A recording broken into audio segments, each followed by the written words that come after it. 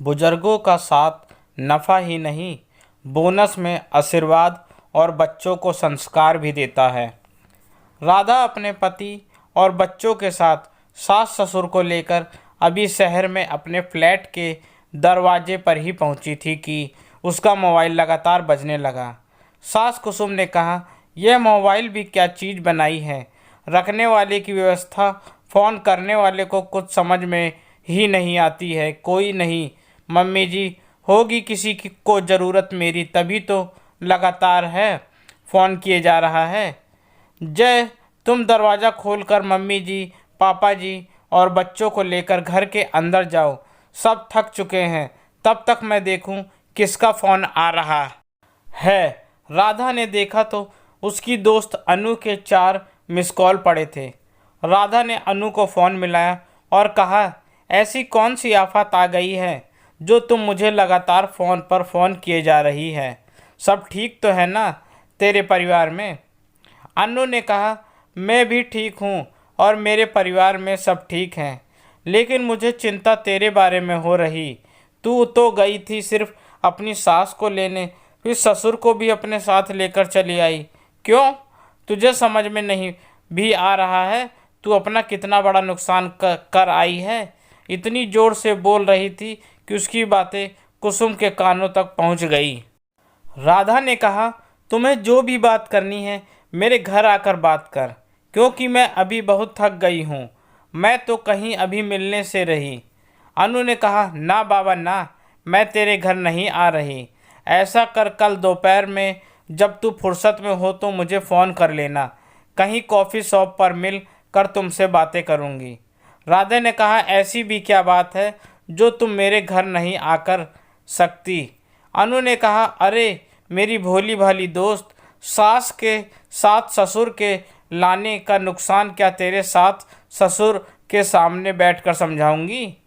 राधा 1 हफ्ते की छुट्टी ले रखी थी अपने ऑफिस से, क्योंकि उसे गांव जाकर अपनी सास को लेकर आना था, पर वह दूसरे दिन ही लौट आई थी। अभी उसके छुट्टी के दिन बचे थे। दोपहर को घर के कामों से फुर्सत मिलते ही राधा जी अपनी सास कुसुम से कहा, मम्मी जी, मैं अनु से मिल कॉफ़ी शॉप पे जा रही हूँ, हो सकता है थोड़ी देर हो जाए, तब तक बच्चों को अपने देख लीजिएगा, क्योंकि जिससे मैंने बच्चों को संभालने के लिए रखा था उसे भी 7 दिन की छुट्टी दे दी थी। राधा चल पड़ी अनु से मिलने कॉफ़ी शॉप पर। सास कुसुम सास के साथ ससुर के लाने के नुकसान की बातें सुन पड़ी दुखी थी। वह अपनी बहू के पीछे पीछे कॉफ़ी शॉप तक पहुंच गए। वहीं आसपास एक टेबल ढूंढ बैठ गई। कुसुम अपने आप से सवाल कर रही थी, कहीं जिसे वह अपनी बहू की अच्छाई और संस्कार समझ रही हैं, वह उसकी बहू का दिखावा तो नहीं है। अक्सर उससे सुना था कि शहर ले जाकर बहू बेटी अपने ही माता पिता के साथ नौकरों वाला व्यवहार करने लगते हैं। कहीं मेरी बहू भी हम दोनों पति पत्नी के साथ यही तो नहीं करने वाली है? अपने धड़कते दिल को बड़े ही मजबूती से संभाल कर कुसुम राधा और अनु की बातें सुनने लगी। अनु ने कहा, क्या यार, तू भी बिना सोचे समझे कैसे फैसले लेती है? कभी सोचा है तूने सास के साथ ससुर को लाकर कितना बड़ा नुकसान कर लिया है? और तेरी देवरानी की तो बिन मांगे उसकी मुरादें पूरी हो गई, उसे तो नफ़ा ही नफ़ा मिला है। राधा ने कहा, यह तू कब से नफ़ा नुकसान क्या किए जा रही है, बताएगी भी पूरी बातें? अनु ने कहा, तुझे पता भी है कि अब जब बुजुर्ग लोग साथ रहने आते हैं तो कितना खर्चा बढ़ जाता है। उनका खान पान अलग, उनके रहने का तरीका अलग, आए दिन नए नए बीमारियों से सामना, डॉक्टर और दवाई का खर्चा अलग। ऐसे तो तू सिर्फ सास का करती और तेरी देवरानी ससुर का। कायदे से तो यही होना चाहिए। जब दोनों ही बेटे हैं तो एक को नफ़ा एक को नुकसान क्यों? मैं तेरी दोस्त हूँ, इसलिए तुझे सलाह दे रही हूँ, अभी भी वक्त अपना फैसला बदल ले। राधा ने गुस्से में, क्या? अरे तू मेरी दोस्त है तो फिर दुश्मनों वाली सलाह क्यों दे रही है?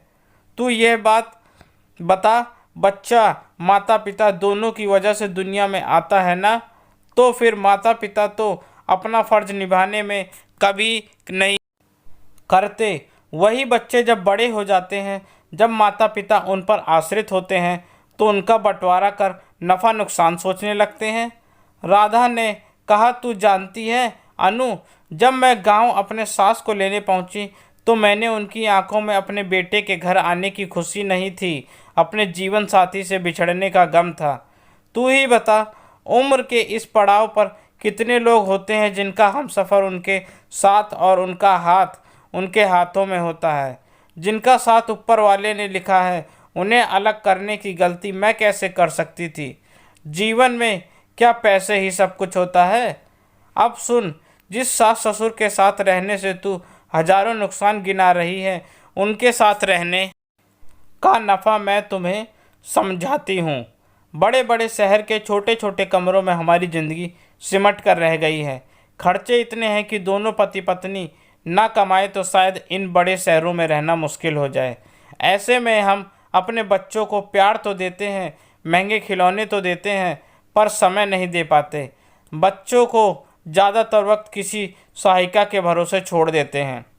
बच्चे हैं कि हाथों में मोबाइल लेकर शांत और स्थिर बैठ जाते हैं और उन्हें कोई रोकने टोकने वाला नहीं, उनके साथ कोई खेलने वाला नहीं, उसे संस्कार देने वाला, रात को अच्छी अच्छी कहानियाँ सुनाने वाला कोई नहीं होता।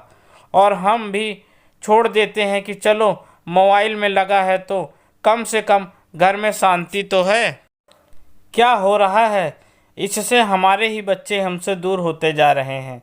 हमारी डांट से उनके अंदर गुस्सा बढ़ जाता है और फिर वह हमसे ही भागते फिरते हैं, और हमारे पास भी वक्त नहीं होता है कि उन पर पूरी तरह से निगरानी कर पाए, उनका अच्छा बुरा उन्हें समझा पाए। ऐसे में अगर मम्मी पापा जी मेरे साथ हैं तो मुझे अपने बच्चों की चिंता नहीं रहेगी। वह अपने दादा से के संग खेलेंगे, दादी से कहानियाँ सुनेंगे, और मम्मी जी भले ही काम में मेरी मदद ना करें पर सहायिका पर पूरी नज़र तो रखेंगी। बच्चे फ़ोन से दूर रहेंगे, अपनी मनमानी और जिद कर बाहर के खाने की बजाय दादा दादी को देखकर हरी साग सब्जी और सलाद खाने लगेंगे। शायद मम्मी पापा जी भी जिम्मेदारियों से मुक्त होने के बाद एक दूसरे के साथ शायद अपनी अधूरी ख्वाहिश को पूरी कर पाएंगे जो पूरी ना कर पाए थे। राधा ने अपने मोबाइल में वक्त देखा और अन्नू से कहा, अब देख, तू मेरी बातें समझ गई है तो ठीक है, वरना मैं चली, मुझे देर हो रहा है। घर पर मम्मी जी और पापा जी इंतज़ार कर रहे होंगे। बच्चे भी बहुत खुश नज़र आ रहे थे उनके आने से। अनु ने राधा को गले लगाते हुए करा, तूने तो मेरा दिल जीत लिया यार। पता नहीं क्यों हम लोग अपने माता पिता की जिम्मेदारियों को निभाने में सौदेबाजी करने लगते हैं।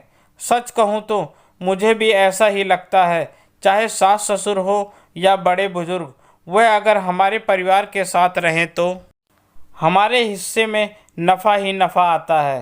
राधा ने कहा, और बोनस में हमें उनका आशीर्वाद और बच्चों को संस्कार भी तो मिलता है।